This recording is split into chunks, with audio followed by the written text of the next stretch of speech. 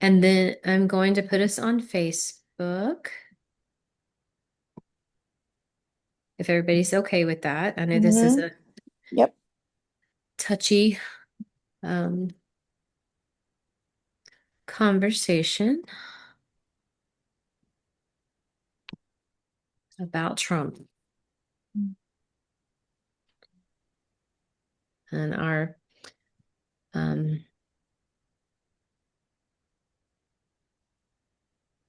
all right.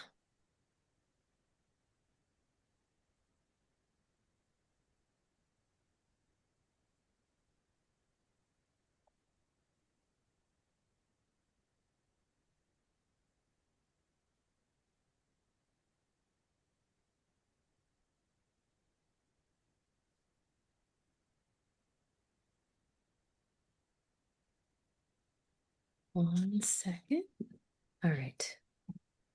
We are live on Facebook. And there is Jimmy. So Mm. I wanted to start this with a blessing.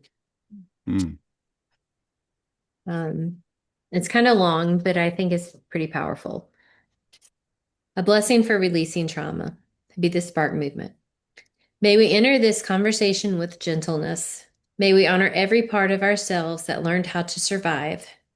May we stop judging the places within us that are still afraid, still guarded, still learning what safety feels like. May we remember that we do not have to tell every story to be worthy of healing. We do not have to revisit every wound today. We do not have to release everything at once. May we give ourselves permission to loosen our grip on what we have carried for too long, not because it wasn't important, not because it didn't matter, but because we are allowed to discover that we can carry something differently. May we release the belief that what happens to us is not who we are. Mm. May we release shame that was never ours to carry. May we release the responsibility for things that were never ours to control. May we release the voices that taught us we were not enough. We may, and may we make room to breathe, room for compassion, room for boundaries, room for truth, and room for joy, and room for responsibility. May we listen to our bodies with kindness. May we respect our own timing. May we honor one another's stories without trying to fix them. And as we gather here, may this be a place where no one has to pretend. May we remember. May we not be broken. We are becoming. We are not defined by what happened to us. We are shaped by what we choose to do next. May the spark within each of us be protected, nourished, and remembered. And may we leave this conversation carrying a little less shame, a little more compassion, a little more freedom, and a deeper knowing that we are still here and there is still light within us. May we release what no longer needs to define us. May we reclaim what is ours. May we become the spark. Hmm. Did you write that, Carrie? Or No, I wish I oh, did. I that's really was gonna say, wow. Yes. yeah. Yes. That's Woo! Well, deep. why the heck didn't you read it? Uh, Uh, Yeah. That's I beautiful. I actually asked Chat because I wanted to do it and I just hadn't had time. Yeah. mhm, So as much AI as I hate brain. to No, admit that, mhm, no, it's really powerful though. Chad yeah, did a good job on that one. I can't lie. mhm, mhm, it Very was a powerful. good job. I thought Jimmy mhm. was on here. Mm. Yeah. So I also have like 10 foundational truths about trauma. Y'all, do you guys want me to read those real quick just to Yeah. get us started? Sure. Okay. Mhm. Yeah, Just yeah. like 10 quick talking points. Trauma is not what happened, it is what happened inside of you because of what happened. Mm. Trauma is not a sign of weakness. The body remembers what the mind may not. Trauma changes our perception of safety. A trauma response can make sense even when the reaction seems disproportionate. Trauma can affect relationships. Mhm. People respond to trauma differently. Healing is not the same as forgetting. Connection is often part of healing. And trauma is part of someone's story, not the entirety of who they are. Hmm. Very true. All right. Mm-hmm. Hi, I think the Jimmy. first So one glad came out of the Dude. Matrix. What Right. came out of the Matrix? The first one. Oh, Did you read that one more time? I yes. was trying to wrap my head around it. Mhm. The first of the 10. Please. Trauma is not what happened. It is what happened inside of you because of what happened. Mm. It's That's your the Matrix. response, your reaction, Mm-hmm. probably more than a response. Yep, that's true. It's so true. Yeah. I think trauma has stopped or stunted more lives than we can even imagine. It's done so much potential, because we Mm. believe what we've been Hey, told Jimmy. about ourselves and we don't use, somebody told me one time that potential is just a nine-letter word if you don't use it. All of us have potential, but I think trauma sometimes can stunt that potential and stunt a life. So, Absolutely. Mm-hmm. It, yeah. Go ahead, Megan. Uh, mm, Trauma can, well, it can also, the trauma of losing a, a, a child can not only, uh, it not only hurts that person, like that mother or their father, but it also causes pain for the family because that person, the parent, can't. Um, I'm not going to say let go, but sort of um, put their mourning in, in um, aside and start living again mm, because it happened to one of my cousins. mm, The husband and wife, they lost one of their sons, and she became so distraught that the last time that we had seen the mother, she was a more devout politically, and her health was not great.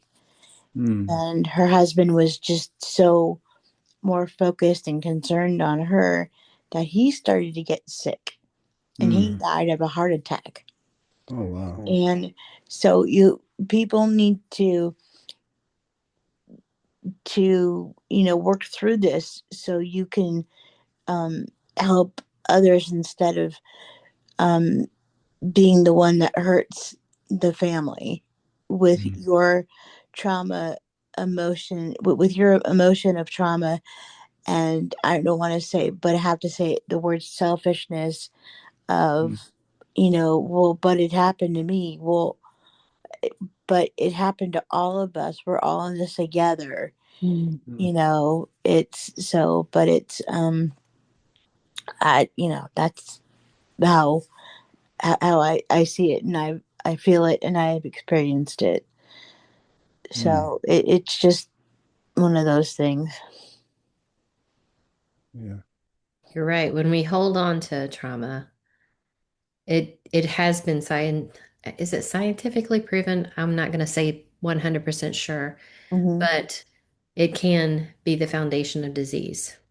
Oh, Yes. yeah. Mm-hmm. And Hmm. I think that is something that was like discovered back in like the late 1800s. Hmm. Mm-hmm. Yeah. So it's kind of like Definitely. swallowing a rock and it never digesting. Right. Hmm. It's not just the person who causes the trauma, but it's the trauma itself. You Hmm. know, so it's both. The uh, let's say the person who causes it and the person who is affected causes it's a domino effect. Hmm.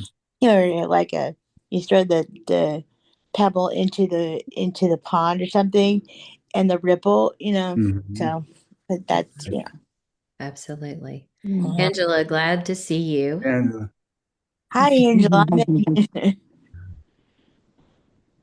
and sometimes the person that causes the trauma, it seems like they don't. I guess but you know, you don't know what's going on in Mhm. their lives. It just seems like they cause it and then they move on with their lives, and you're Right. stuck with something that they've given you. Like it's Hmm. given, they hand you their backpack, and you carry it Hmm. for the rest of your life, but it's Hmm. not your backpack.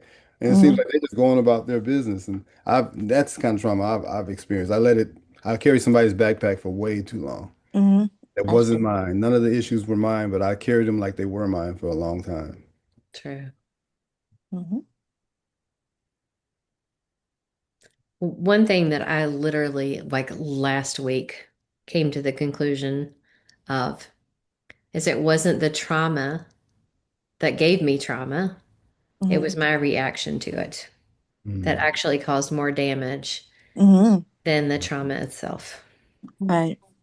So I was thinking this before when I uh, jumped on here, I was thinking that you have to. There are ways to deal with it. It's first you have to think, okay, I'm witnessing this, but am I okay first? You know, am I breathing? Do I know my name? Where Yeah. am I? And then you keep looking at what you're seeing and start to now analyze it and think, okay, is anyone going to call 911? Is how can, if you're in a situation, how are you going to get yourself out? You need to stay calm. But if you're watching someone else, you're panicking, which I find is so um interesting. Is that, yeah, you're panicking, but you can calm yourself down, but it's harder to calm yourself down when you're watching someone else panic, Mm. someone else in a trauma. So but you can get through it, because when you know what who you have and where you are, it becomes a lot um it becomes calming to know that you can get through it, because there are people and resources there for you. Mm. True. Hmm. True. Neil, Angela, or Dorinda, I don't know if Jimmy's still on here. Do you guys want to share any wisdom around your trauma? Mm, not sure that I'm strong enough, Mm. but Okay. we've had a lot of loss in our family. Hmm. Mm. Yeah. Mm. Yeah. Yeah, that's hard. And Hmm. and I know a little bit about it. I mean, Yeah. do you want me to share a couple of things that I know, Dorinda? Yep. Or okay. So back in 2021 or 2022? 21. 21, Yeah. my aunt Thelma, my dad's sister, a tree fell on her, Mm. and Oh, wow. Dorinda's sister Phyllis. Oh, wow. Phyllis is good. Phyllis is still with us. Thelma didn't make it. Hmm. Oh, wow. Just a tragedy. Yeah. Oh. And then Dorinda also lost her husband in a horrific car accident. Yeah. We were in an accident a year, actually less than a year before Mama passed. Yeah. Oh, wow. Yeah. So Wow. That's hard. those are trauma. I mean, no Mm. trauma can you ever Yeah. prepare for, but Hmm. you know, I mean, I remember how I felt when Mama called me and told me about Thelma. Neil Mm. and I were on our way back from a vacation, and I Mm. was like, "What?" Yeah. Like there's a level of disbelief. Yeah. You Mm-hmm. didn't feel like you were there. Yeah, And I think I've held it in, and in the last year, it's taken its toll. Hmm. Yeah. yeah. Yeah. Yeah. She was an amazing human being. I didn't know your husband as well, but Yeah. Aunt Thelma was an amazing human being. Mm. She was She was. very amazing. We miss her dearly. Yeah, Mm. Yeah.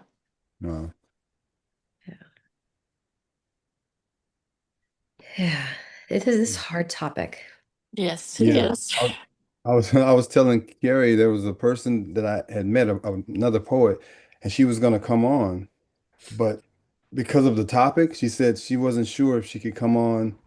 And she said she's a crier. And she said, I'm going to go on there and be crying the whole time. I said, well, come on. That's what it's about. It's Yeah. okay to be vulnerable, but she's It is. not here yet. So I'm not sure if she's going to come on. But that was her biggest hesitation was, I know Yeah. I'm gonna get on here talking about this subject is going to be really, really difficult. It You just know, Yeah. means, yeah, it Ramen is means a that, hard thing. yeah, it means that they're not ready. Yeah. In time they will be ready. You Mm. Yeah. know, um, but it is sad. I mean, I've lost a lot of people, but I think I've just cried so many tears that it just, it's just. I'm not gonna say it's not worth crying over, but Mhm. I think it also makes your body a lot better Mm. if you stop crying, because when you physically show sadness, and especially when you cry, you get really tired. Mhm. I don't want to be Yeah. that kind of tired. I want to be tired for doing good things, for moving Yeah. around and getting Mhm. things done. That's just another way of how trauma will grab a hold of you, and Mhm. another struggle that you can't get out of. Yeah. And I rather beat that than not. Mm. you know so it's you know that's how I see it. Mhm. Jimmy says, personally, what today's topic sparked in my mind was how we can leverage our traumas and past experiences to give other people what we missed or what we Mhm. didn't get. I Mhm. agree. Mhm. Yes. Many I, people suffering from traumas become bitter with themselves and end up giving similar experiences and energy to other people, making the recycle repetitive. Absolutely. mhm, Absolutely. mhm. That Absolutely. is true. We've Yeah. all heard hurt people. And we Hmm. don't mean Yeah. to. Mm-mm, Yeah. mm-mm. Nope. Well, And Megan, sometimes, not go uh, ahead, Jeffrey. sometimes we do, though. Not we, but I'm saying sometimes people want other people to hurt because they hurt. Mhm, As sad as that sounds. Mm. I work with kids and adults, but kids for years, and I've met parents who you can tell they've gone through things and they're putting that thing right on their children, you mhm, know, knowing it seems like it's knowingly. I don't know all the intricate details, but sometimes it's we don't know how to do anything but that. We hurt so Mm. we don't know how to do anything but hurt other people, which is a sad thing. But Yeah. that's how generational curses begin and continue. Hmm. Mhm. Yeah. and that's where the bulliness comes Mhm. from. It's not a positive bully, but it's it's very tough. you know you have to ask yourself, well, what's that kid going through at home? you Yeah. know Mhm. it's Mhm. it's hard. I've seen that before too. Well, my thoughts about moving trauma through your body is that you have to feel it all. Mhm. You have to feel every emotion that comes with it. Hmm. Those 7 stages of grief. Yep. They're there for a reason. I mean, my personal opinion is as we go through grief, we move closer to God. If we go through the steps of grief and honor each one of them, that's my personal Hmm. opinion of it. Hmm. Um, but if we don't feel those emotions, if you've ever read The Body Keeps the Score, the book, Yeah. those emotions like get stuck in our bodies. Mhm. And they can cause disease. They can cause lots of things. So it is our responsibility to move through the trauma That's true. and not stay in it. Hmm. It's a hard lesson to learn. It is. Yeah. Yeah. So go ahead.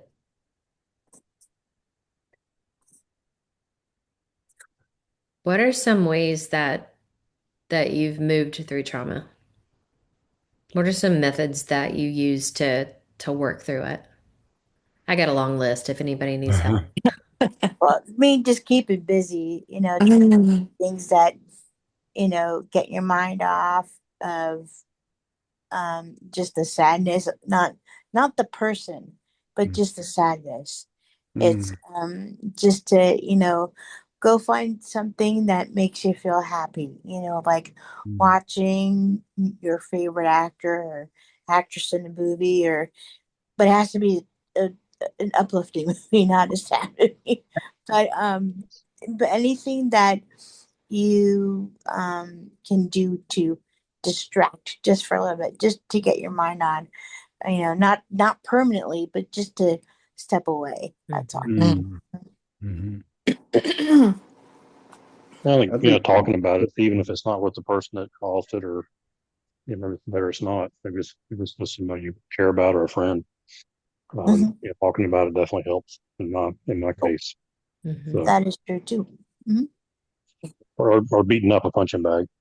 Yep. yeah, Mhm. that's a good Or thing. writing your thoughts down in a journal too. So Oh yeah. Yeah, Yeah, mhm. I don't write, that's what. so I don't have that Mhm. problem. It's okay. That's what I was gonna say. I was gonna say journaling was probably the main thing for me was journaling Mhm. because I remember my son was about 12 or 13, so he's in middle school. And I tried not to show what I was feeling around my kids. I tried to be happy, go lucky dad all the time, but I would be complaining to my wife at the time. And one time I think my son was like 12 or 13, he said, Dad, you seem so sad about these things. And the people that you're talking, and he's only like 12, the people that you're talking about, they're going on with their lives. Doesn't seem like they're sad about what happened to you, but you're sad. And in that moment, I'm like, oh my God, my kid can see it in me that I'm Mhm. letting this stagnate me. And this little boy is telling me, because I'm usually the happy dad, but every once in a while I kind of vent. And he's like, yeah, you're staying stuck in his ways, though. He didn't say it like this, but you're staying stuck in something that everybody else has moved on past, and you're Mhm. staying stuck in it. And that really woke me up. Mhm. The journaling too, but him making that comment really made I didn't change overnight, but it really made me work towards changing. Him Mhm. saying that. Yeah. It's awesome. Yeah.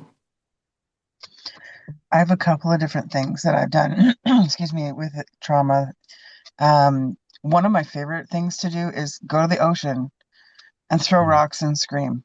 All Mhm. right. Scream mhm, therapy has Yeah. mhm, worked so well for myself and my son. And then another one that I've done that have had incredible success with is somatic therapy. And so the similar vein to the body keeps the score, our trauma gets stuck in our tissues.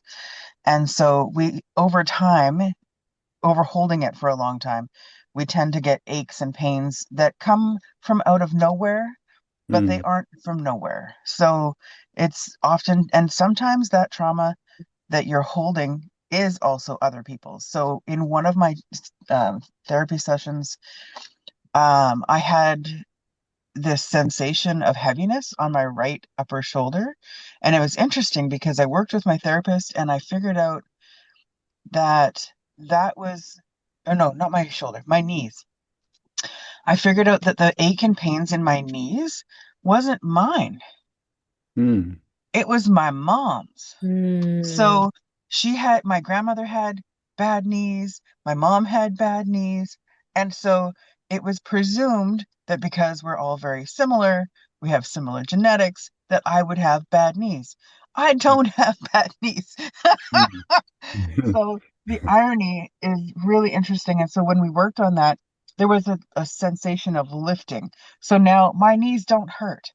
And it's mm, interesting because I've done that with many different aches and pains that I have that have been chronic. And it's interesting how they resolve themselves through that therapy. mm, So, yeah, healing our trauma is really, really important. I'm not finished. I don't think anybody ever actually finishes. I think it's a consistent journey. mhm, Um, but I know that it's possible. mm, And for Yes. me, that's what matters, that Mhm. it's possible. So mhm. yeah, it's an interesting thing about trauma. It Yeah. is. Yeah. It is. And how it can be passed down. Yeah. That's, Oh, yeah. Just why? And there's like the physical way it passes down because Hmm. you're reacting the way you've been taught to react. Mm-hmm. Hmm. Mm-hmm. And then there's Yeah. the mental, emotional, and all the underlying energetics Yeah, that it gets handed down. Mm-hmm. absolutely. And then I trauma. have, Oh, go on, go on. I was like, I mean, I have a long list of not only stuff that I've done, but I read a lot. So of course, yoga, meditation, and journaling. I will always stand on that. Prayer. I was actually listening to something today, and it was talking about how prayer actually lights up different places in your brain, Mm-hmm. Hmm. and it can actually like prevent dementia and make you smarter and more connected and calming. Movement, any kind of movement. Going for a Mm-hmm. run. I remember one of the days I woke up like really, really angry at my trauma, and I'm not a runner. And I went to the gym and I was like running at 5 miles an hour. Mm-hmm. Like it was nothing. I was like, where did that come? I felt so much better afterwards. Reading, talking, I mean, whether it's a therapist or a friend, um, writing your story, not only journaling, but like intentionally writing your story out. Um, and I can tell you that everybody who's been a part of a collaborative book of mine has said to me, writing my story has healed me just a little more. Mm-hmm. Yeah. Um, and there's so many other ways to work through it. Jimmy raised his hand. I know Jimmy has some wisdom. Yeah. Okay, okay. Can you hear me? Yes, Yes. Am I audible? yes. Mm-hmm. I want to thank you. Thank you all for coming through today. Thank you for making time. It's a really wonderful topic.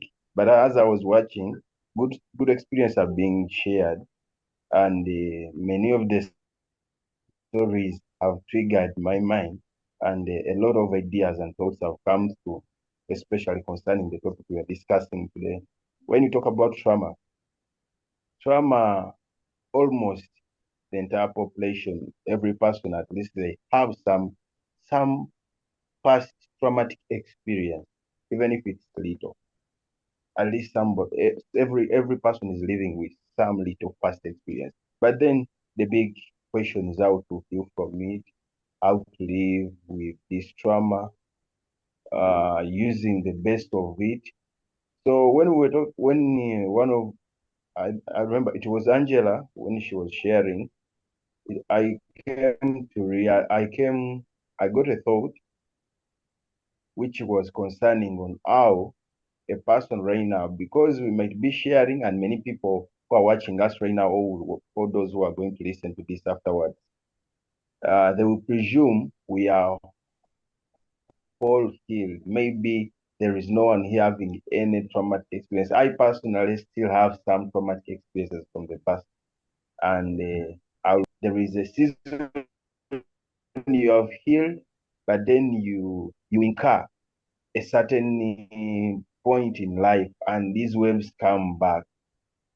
But then the big question is how to navigate this. Whenever the waves come through, how do you live with this? And if you talk on how we can escape our traumas, on how we can release them, I think the best thing is reconciliation, whether with the person or with the thing that brought the trauma to you. Reconciliation. Hmm. That moves hand in hand with forgiveness. Forgiving yourself and forgiving the thing or the person or the place or the setting that led to this traumatic experience. That's the first stage. The rest, there are a lot of ideas which my colleagues here you can share with me. And this is from personal experience, but I believe if you have the capability of having a reconciliation with the place, with the person, with the situation that brought this trauma. I will share with you, for example, me and my father. My father, I got challenges with him while growing up. I did not have a beautiful father-son relationship. But as you grow up, it was affecting me. It was affecting me on how I could stand up for myself as a man. It was affecting my independence. Uh, I was not self-reliant, and every time I I got like I incurred situations like sickness, failure in career, I would then take it back to my childhood to blame my childhood. But then I was Mm. like, I need to forgive myself and also reconcile with my past. And I will not say it brought ultimate peace, but at least it helped. I'm not promising that when you reconcile with your past or reconcile with the trauma, it is going to bring perfect life. At least it's going to play a good role. It will be a foundation for the life that you're going to live. So if I'm to sum up my golden nugget for today, it will be reconciliation and forgiveness as a foundation to release the trauma. Thank you. Mm. Yeah. Mhm. Yeah. Very good point. Very good point. Forgiveness. Yeah. One of the hardest things I've ever done. Very tough. Very Very Yeah. hard, very hard, thing. Oh my gosh. very hard. Very, I very. my stepfather, who I didn't find out was my father until I was 24 and out of the house and had two kids, very abusive. And he got sick like maybe a couple of months after I found out he wasn't my real father. So when he first got sick, I was like, oh, good. Karma. I could kill him. So they found out that he had a brain tumor and he only wanted to see me. And I didn't want to see him. He had caused me so much trauma. I don't want to go see this guy. He's dying. Let his kids. I have a brother and sister who are younger than me, who are his kids. Um, Let them go deal with him. He was in Oklahoma. I was in California at that time. I didn't want to go see him, but my mom kept asking me, my aunts and uncles, everybody's. He just wants to see you. And so I finally went. Before he died, I finally went. And I was, taking care of this because I do this for a living. I take care of people with handicaps for a living. So I'm pushing them up, washing them and taking them for walks in a wheelchair. I'm doing all these things. I'm like, why am I doing this for this guy that never treated me with any kind of respect or whatever? But I found in that moment before he passed, he said, I'm so I want to say I'm sorry. But he had a brain tumor. So when at least with his brain tumor, he wasn't in control of his emotions. So he would cry at like the drop of a dime. He would cry. He just couldn't control it. And he was a very macho guy. So I knew it was his brain tumor. It wasn't him. So, but he would cry so easily. But he said, I want to apologize because I never really treated you like I treated your brother and sister. And I didn't have the wherewithal to forgive that man. And I said to him, I said, well, it would have been nice if you had had everybody around the bed that you had told all these terrible things about me to have you apologize in front of all of them so they would see that what you had been saying all this time wasn't true. And he just broke down and cried. And I just walked out the room. And that was our last conversation. And at Oh, the time, I didn't feel bad. But now I look back on it now and I say, that was my time to forgive him, and he had to deal with all that stuff and move on with my life. But instead of forgiving him, I didn't forgive him, and I carried it around for a long time after that. So yeah, forgiveness, Jimmy, I agree with you. Uh, it heals you. It's not so much for the other person, at least in my opinion. It's not so Yeah. much for the other person, but it's for you. Because if you don't forgive, you carry that baggage, like I was saying, the backpack that's not your backpack, and you're carrying around mm, with all these rocks in it, and it's weighing you down. So forgiveness is so important in that uh, scenario. My brother, even when the other person leaves, for example, in your scenario, in your case, the dad has left, you will live with this burden. Even the demise of the other person does not erase Yeah. erase away the trauma. So you end Mhm. up hurting yourself because you have failed to forgive. Yeah. And that I believe in this scenario, it's forgiving yourself first. Hmm. Then you can forgive the person or the situation. I don't Yeah. want to limit it only on people, but some people are traumatized because of places. Some people were traumatized because of a certain situation. Uh, Mhm. there are people suffering with, let's say, trauma in marriage. They never grew up in a beautiful family. So whenever you bring up anything about the institution of marriage, they have their experiences are very dark. They don't want to stay. Mm, And you find a person, they are happy, they are good people, they're in 40s, and you ask them, do you ever see yourself getting a partner, loving them? They are like, no, no, no. In my heart, there is no love of such a mm, kind. But it's not them.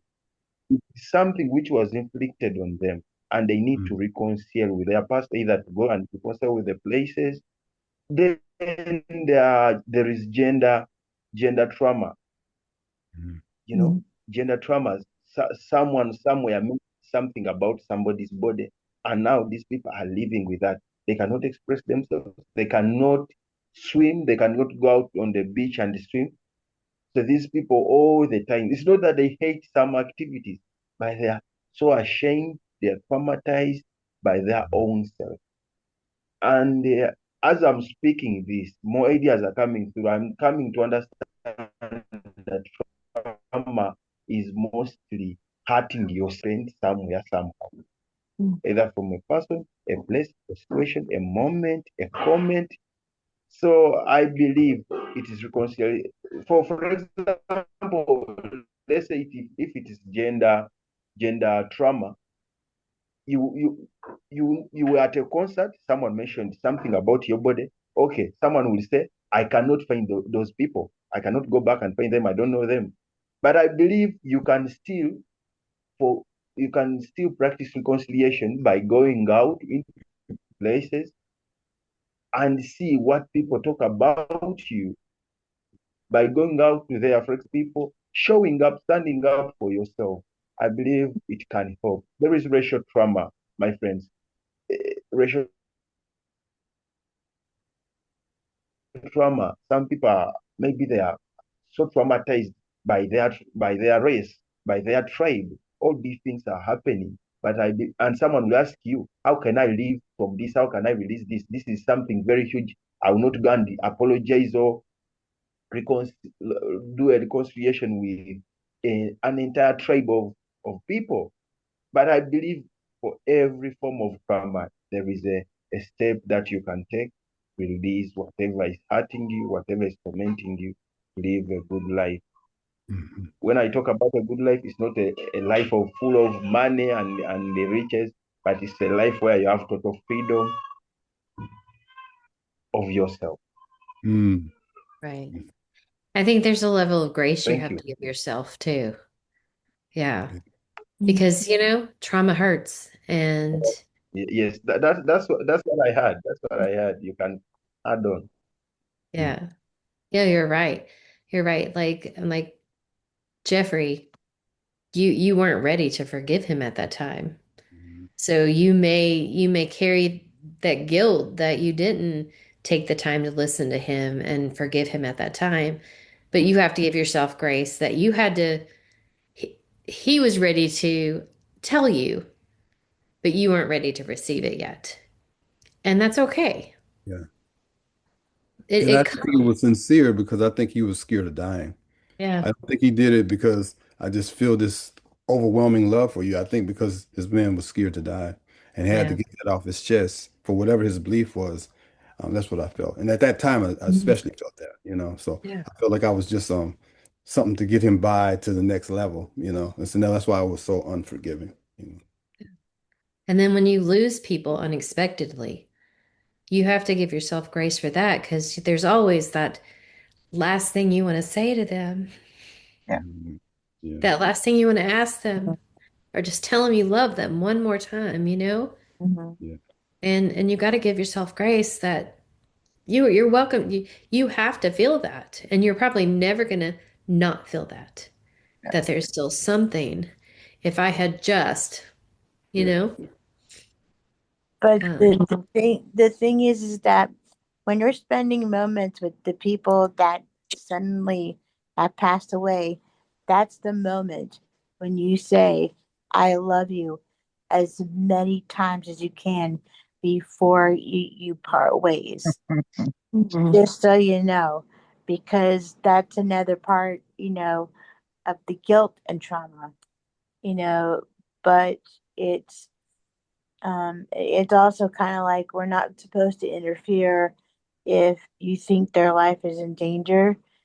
That's nature, it's that way. I've had to learn, you know, for me, because I'm always, you talk about fear of dying. I'm I'm I'm just a fear of not seeing that person ever again.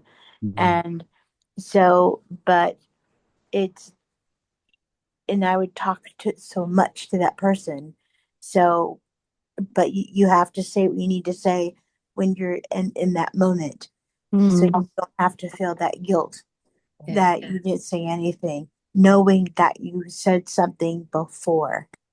So, Right. mhm, Mm. yeah. Mm. I think the one thing that people need to understand about trauma is that trauma takes something from us, Mhm. Mm-hmm, Mhm. whether it's a person or our safety or mm-hmm, our our maybe our life, like how we had planned our life out, right? Maybe mm-hmm, it takes an ability away from you. mm-hmm, Yeah. Um, And so there's, confidence. yeah, Very your good at building confidence. your confidence. Oh my Yeah. God. Definitely. Mhm. So trauma removes something. So there's always grief around trauma. Mhm. mm-hmm. And grief is, whew, grief is hard. Mhm. Yeah, it's hard, and you have to let people mourn, but you also have to move on, and just knowing that they're in your heart, and knowing that the trauma depends on what it is that it wasn't your fault, or it's like, well, how do I did something wrong, how do I fix it, to get past. You have to get some sort of way to move forward, or you're going to be stuck, Yeah. so. I think you bring up a good point, Megan. Um, Hi, Bill. So glad you're here. You're muted. So Megan brings up a good point about accountability. Like, where is your responsibility in your healing after trauma? Mm. Mm. Yeah, that's a whole other level that may not come um, right away. Mhm. Mhm. I don't think it usually does. It'd be Mhm. nice if trauma left like that. That'd be Yeah. beautiful. Yeah, we'd all be skipping around and floating in the air if it was like that, but it's just not that way. Something that you have to work through. Right. Yeah, and I also think that mourning is also a blindness too. I mean, it could, you could never wake up from mourning and never um be able to do what, your loved ones would like to do with you, as long as they have the time with you, so it's like, oh no, I can't, she's just too distraught, or he's been shut in for so many hours. It's just, I just don't know what to do. So it's, Mm. because people, both the person who has been affected by trauma and those who are around that person, they all just give up. Sometimes. Sometimes, not all the time, but sometimes. I mean, the people who fight through the trauma, who fight also, and then those around them who fight to get them out of the trauma, if they work together, then they can, it'll be a lot uh, Easier. less. Yeah. Yeah. Yeah, nothing's easy, Carrie, but it's just like, but Easier. Easier. it'll be helpful and less stressful Right. for both parties. Yeah. Yeah. And then with trauma, you have to be careful about like you have to fight through it, Hmm. but just, sometimes you have to put down the gloves because sometimes you're fighting people that you shouldn't be fighting. Mhm. True. Sometimes it'll cause you to be you're fighting people that are trying to work with you, Right. but you're just used to fighting, Right. so you have to be careful that the trauma doesn't cause this Right. 100% Right. fighter all the time, because some people want Right. to Yeah. work with you and they love you and they Yeah. can't because you're fighting Hmm. against everything that's in your circle. Hmm. Hmm. That is true. So, Bill, do you have any wisdom around trauma? I don't know that I have wisdom. I have a lot of experience on both ends. Uh-huh. Um, I think finally what I've realized is two things. Trauma is mapped into the body, and the body doesn't have the words necessarily to be able to articulate it. And that takes time and it takes a lot of work just to be able to recognize it and put it into words. But that's not the healing that has to happen. You have to do the somatic work, the body work, um, to begin to heal it. And it's a long process. And I've experienced that myself, but also with loved ones. And it's not easy. And I recognize what you guys are saying about the element of fighting. And personally, the question for me is what and who am I fighting? Mm. Good Why? point. And if I realize that I'm fighting me, Mm-hmm. and what I'm doing is not reacquiring, but is reinforcing the past trauma events as opposed to developing some kind of an intellectual, and I say that because it's about words, and understanding of what it was and where my wounding is. And what I've discovered is that the earlier the trauma begins and the more consistent it is, and the deeper it goes. And what I'm learning recently is that the somatic work has to actually work on the deepest part of the brain.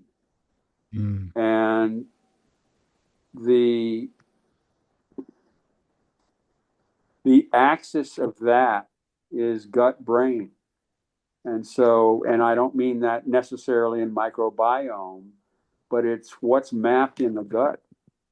And it's not revivifying. It's even though that happens, it's not like reliving it and somehow reliving it changes it. What to me, the purpose of all this is to redo my relationship to the trauma that I have experienced, and find some way through it, um, even though it's very difficult and very uncomfortable, and is painful emotionally. I mean, it really is. Um, but that's the way to me. And I was a therapist for a long time, for 25 years, and didn't know enough about it then to be able to articulate what the process was. And that was all about talk therapy or gestalt or some other way of rearranging parts. And to the degree that the work was physical, it it had some effectiveness, but it was very long and very hard to do that. And what I remember in the field was that very little of it led to um, reworking the relationship for the traumatic events or traumatic causes. And what I'm learning now, even though I don't do therapy anymore, is about what I've been saying. It's in the body, and once you can understand it, you may know about Bessel van der Kolk's book about the body keeps score. Mm. Yes. Uh, and what he has been saying lately is that's not the end of it. That's the beginning of the work that you have to do to ease the pain and to find new ways of being and discover yourself. I don't know Yeah. that that's wisdom, and that I mean I'm learning this. I've acquired it to a certain degree, but most of it is about my investigating and research and exploring um, all of that stuff. And, that's pretty much all I can say. Like I said, I'm not sure it's wisdom for me. I'm not offering wisdom my own self. I'm offering somebody else's wisdom. Am I making sense? Absolutely. Mhm. Yes, Yes. definitely. Yes. Yeah, we had mentioned the body keeps the score. I'm about three-quarters of the way through it, and I had to put it down because it's a lot to absorb. It really is. Um, but a lot of what I'm hearing too is that healing, there has to be an intention behind it. Like there has to be well, for me, I'm going to speak for myself. There has to be a moment where like you have an impact of what am I doing, right? How am I carrying forward in this way in my trauma? And for me, it was somebody actually asking me, "What are you doing? Still living in your trauma? You have other things to do in this world." And I mean, that was like the question that was like, "Oh, what am I doing?" Mhm. And then there became an intentionality about how do I heal this? How Mm. do I do this for myself? How do I make myself better and live a more easeful, peaceful life? Yep. Yeah, yeah. There was a young lady. I worked at a in New York, upstate New York. I worked at a juvenile detention center, girls and boys, and we had cottages. Girls in some cottages, boys in they were separated cottages. And usually I work with the boys, but we had a and once in a while we'd have some like semi riots kind of thing. So we have to you know watch that and stuff like that. But there was this one young lady. It just I don't know why it bothered me about her. But anyway, beautiful young lady. I'm not sure what her why she ended up there because I didn't work in her cottage. So I didn't work directly with her. I didn't know why she was there. But beautiful lady, a young lady, I guess 14 or 15 years old. And their biggest problem with her that I knew of was getting her to shower. They couldn't get this girl and I think about and she really smelled. She just really right as soon as you approach her, you could smell and just beautiful, wonderful looking young lady, but they could not get her to bathe. And so I remember going back to the cottage and just talking to some of my supervisors, like, why can't they get this young lady to bathe? And it didn't strike me, but then my supervisor said, well, she's had all of these bad experiences sexually as a little bitty girl. And she found the one way to keep guys or men away from her was to not bathe. And Mm, it your changed my sense whole. I'm check is like, that. I'm like, what? You can't, she didn't like to bathe. But then I understood. I was like, wow, her trauma caused her to be defensive in this way. I don't know whatever happened to that young. I felt so bad when he told me that. I'm like, oh, that's terrible. Where your trauma causes you to go into that type of defense mechanism. It was just so sad. So yeah, trauma. Yeah, they give it to us, and then we have to carry it around. Her poor baggage was that, so sad. But anyway, this topic made me think about that young lady. I have no idea whatever happened to her, but I just felt so bad because I was like completely naive. I was like, she just doesn't. Who doesn't like to bathe? But for her, that was a smart thing. You know, she had to do that. It And was.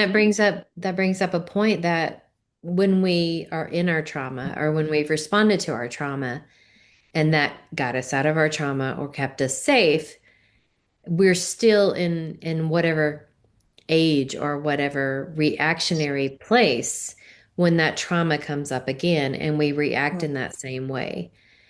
So until we heal that, then we're going to continue reacting in that way that kept us safe. Because again, that's how our body knows to respond. It becomes a complete reaction. You don't even think about it. Yeah. And you figure out what kept you safe. And you repeat that pattern because that kept you safe. Yeah. Or it got you there. Or it got you there. Yeah. You remind me, back when I was a therapist, I had a woman bring her daughter in to see me. The girl was in her mother's arms, and the mother was concerned because the daughter had reacted in some funny way that made her think she had been assaulted or abused. Mm. And the girl would not stay with me. The only way she felt safe was in her mother's arms. Mm. And she wasn't talking. So she was mute about this. And I racked my brains about what could I do to help her have some kind of safety that she could take with her.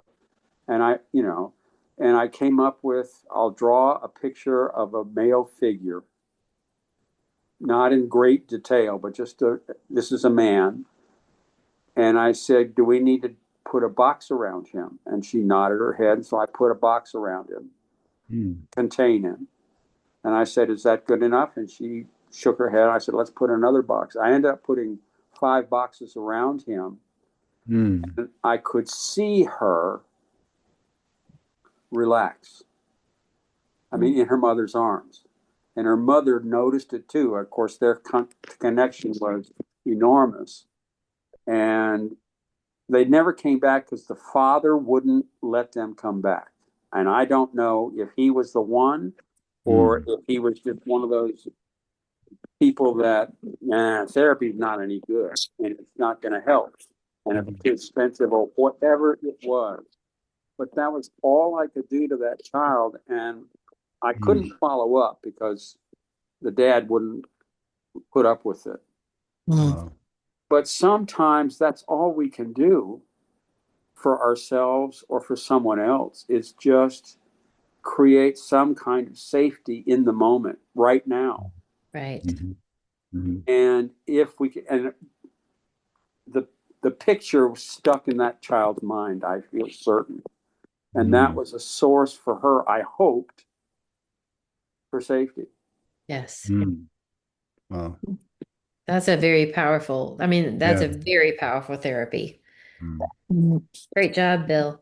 Oh well, thank you. I didn't feel great about it because they didn't come back, but that's not my doing. Yeah. Right. Right. Wow. It is amazing how I would almost say drawing a picture for somebody who's going through something can keep them safe, can give them just a little place to go Mm-hmm. where they can feel that warm hug or that wall between them and their trauma. Yeah. When they feel seen, when they discover that somebody actually sees some of what they're going through, or at least a little bit of it. Right. Mm. I think executing those drawings is also excellent. Not, I mean, in the presence of someone and they can understand it. It gives them a chance to get some of it out. Mm. Yes. Yeah. Mhm. Also I think gives her, sorry, also gives her a place where she can go in the future, like that containment piece. Mm. yeah. I feel like that will give her a little spark of hope that Mm. she can work through it. Mm. Yeah. Yeah. Yeah. Definitely. I just had this vision of trauma being like the ocean, and that every time you do a little something to heal, you take a dropper out of the ocean and you Mm. put it somewhere else. Mm. A little Mm, dropper. Mm. Mm. I yeah. think if it was me, I'd probably want to think of it as a bathtub. It would be a little overwhelming. With the Ocean is kind ocean. of big. Perhaps Whatever works for you. Yeah. Mm. Yeah, whatever. But bathtub would still take you a long time. Yeah. that's a nice vision. That's a nice vision. Yeah, Mhm. yeah. It is a tough topic. And I realized the other day after a heated social media, I won't say heated, but emotional social media, Neil knows what I'm talking about.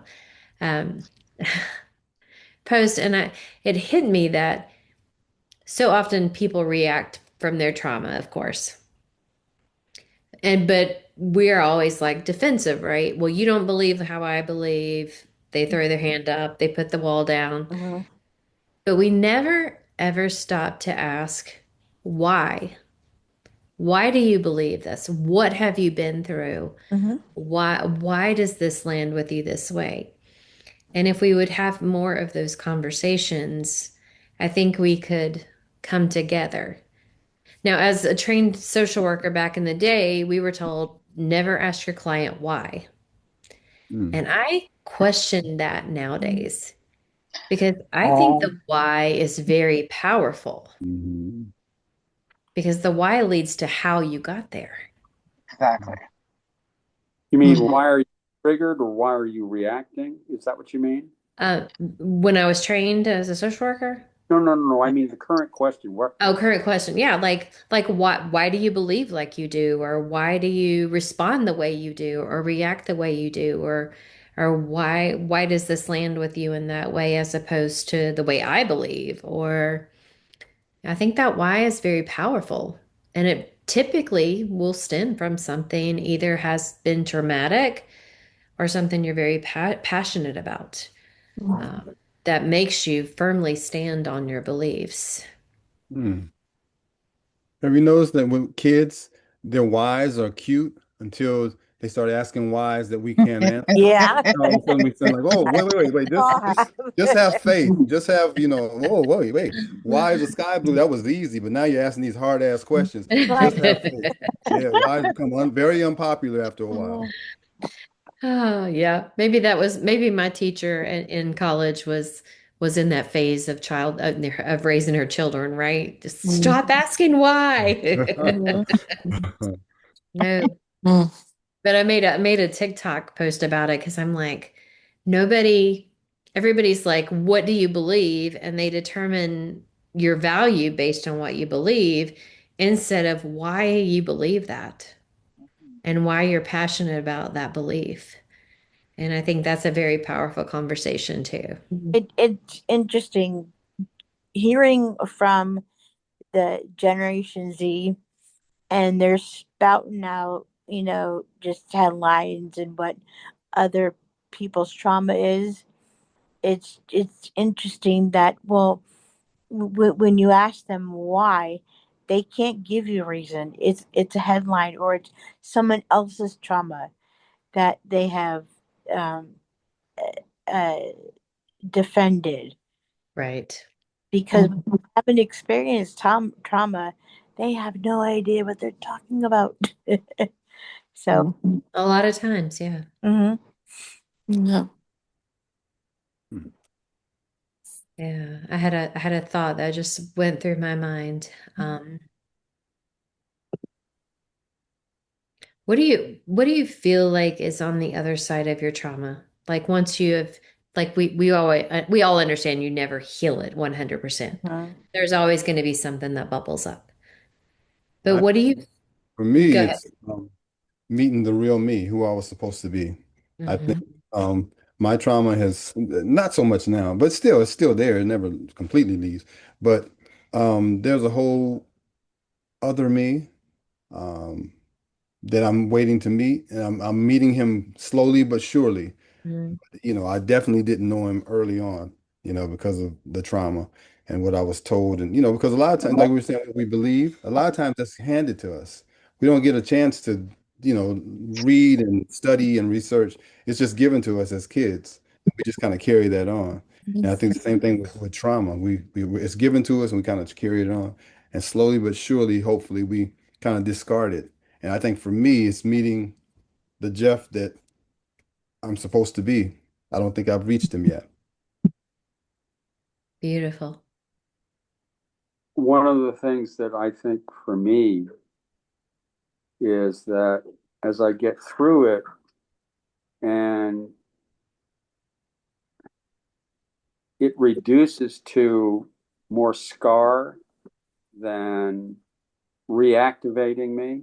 Hmm.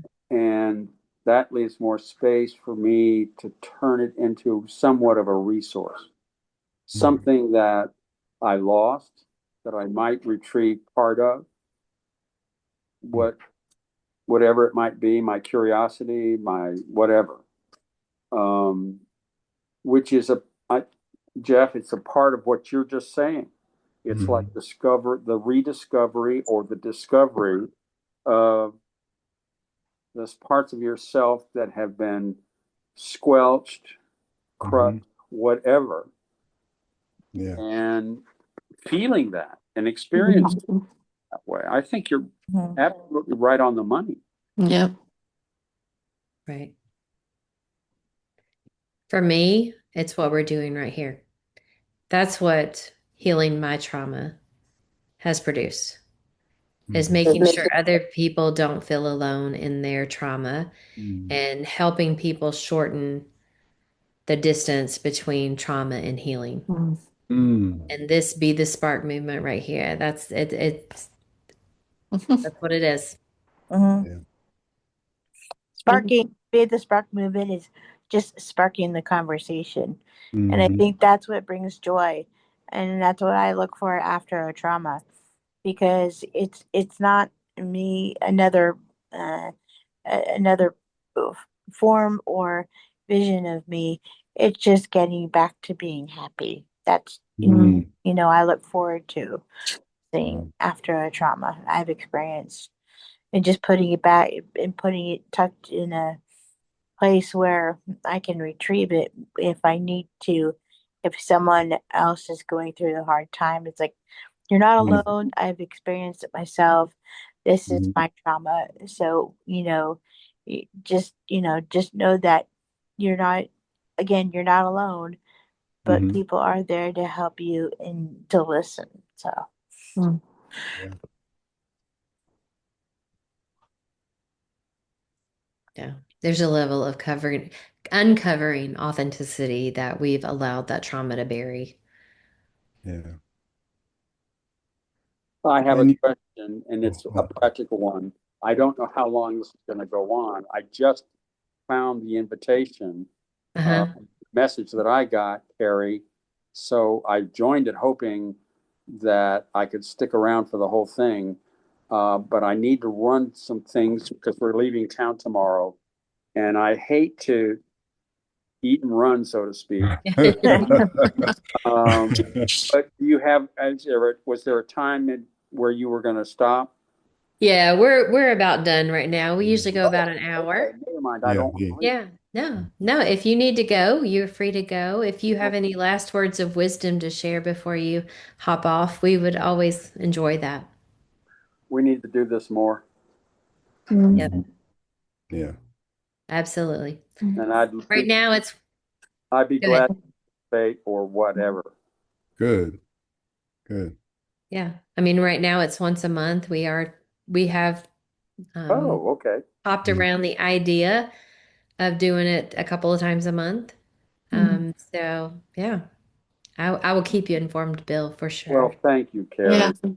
Yeah, I appreciate that. Thank you. And I'm glad you showed up. and I'm not sure who everybody is, but Jeff, I got your name. Okay. There's a woman here with a white top on, with says iPhone 194. That's Megan. that's me, Megan. Hi. How you Oh, doing, Will? hi, Megan. Glad to meet Hi. you. Nice to meet you too. Have a safe trip. Well, thank you very much. We're Mhm. going down to grandchildren. Oh, Nice. Ooh, see, and yes. that that's the other thing that will help you. It's those little, those little voices and the little, the eyes looking at you and being able to hug and your grandkids and Mm. Oh, there you are. kids, There they are. so cute. I The best medicine. It That is. are, and then Absolutely. things that are wonderful about being a grandparent, which I've discovered, one of which I knew, you can hold them and then you can give them back when you can. Ah, right, that yeah. The other is that the anxiety and worry about, are we raising them well? Are we doing right? Did I handle that situation? Are we doing what we need to do? Is gone. Right. Mhm, Hmm. Just pure enjoyment and joy. mhm. Hmm. Yeah. Very much so. Yeah. So, Yeah. anyway, Yeah. Well, if anybody wants to share any last words of wisdom, we will close here in a minute. Just to say thank you. Right. Mhm, Thank you. So agree. glad you came. Gary. Thank you. mhm. Thank you. Thank Well, you. Thanks, Gary. my last Thank words you, are, everyone. Mhm. yeah, my last words are just take it one day at a time. And if I may quote my mother, she says that all the time. one day at a time. Seek people who will listen and hold you. Feel all your emotions. If you need to cry, cry. If you need to scream, scream. If you need to go for a run, go for a run. And I will stand on this platform till the day I die. Journal, journal, journal, journal, journal. Get it out. Definitely. All right, next month, I think it is the 17th. I might have to check that. But our topic is depression, Mm. Mm. which is directly related to Very trauma. cool. Yeah, Definitely. definitely. Yeah. Yep. Yeah, we're So all so start, happy to talk about that. yeah, right. So start thinking about that. Mark your calendars the third Saturday of September, and we will definitely have that conversation. Okay. Thank you all. I get so That's much out good. of these. Thank you. I Thank know. you, Thanks, everybody. everybody. I know. All Everybody. right. All Enjoy the right. rest of your Thank weekend. you. You Bye. too. All right. Take Bye. care. Bye. Everybody. Bye-bye. Bye.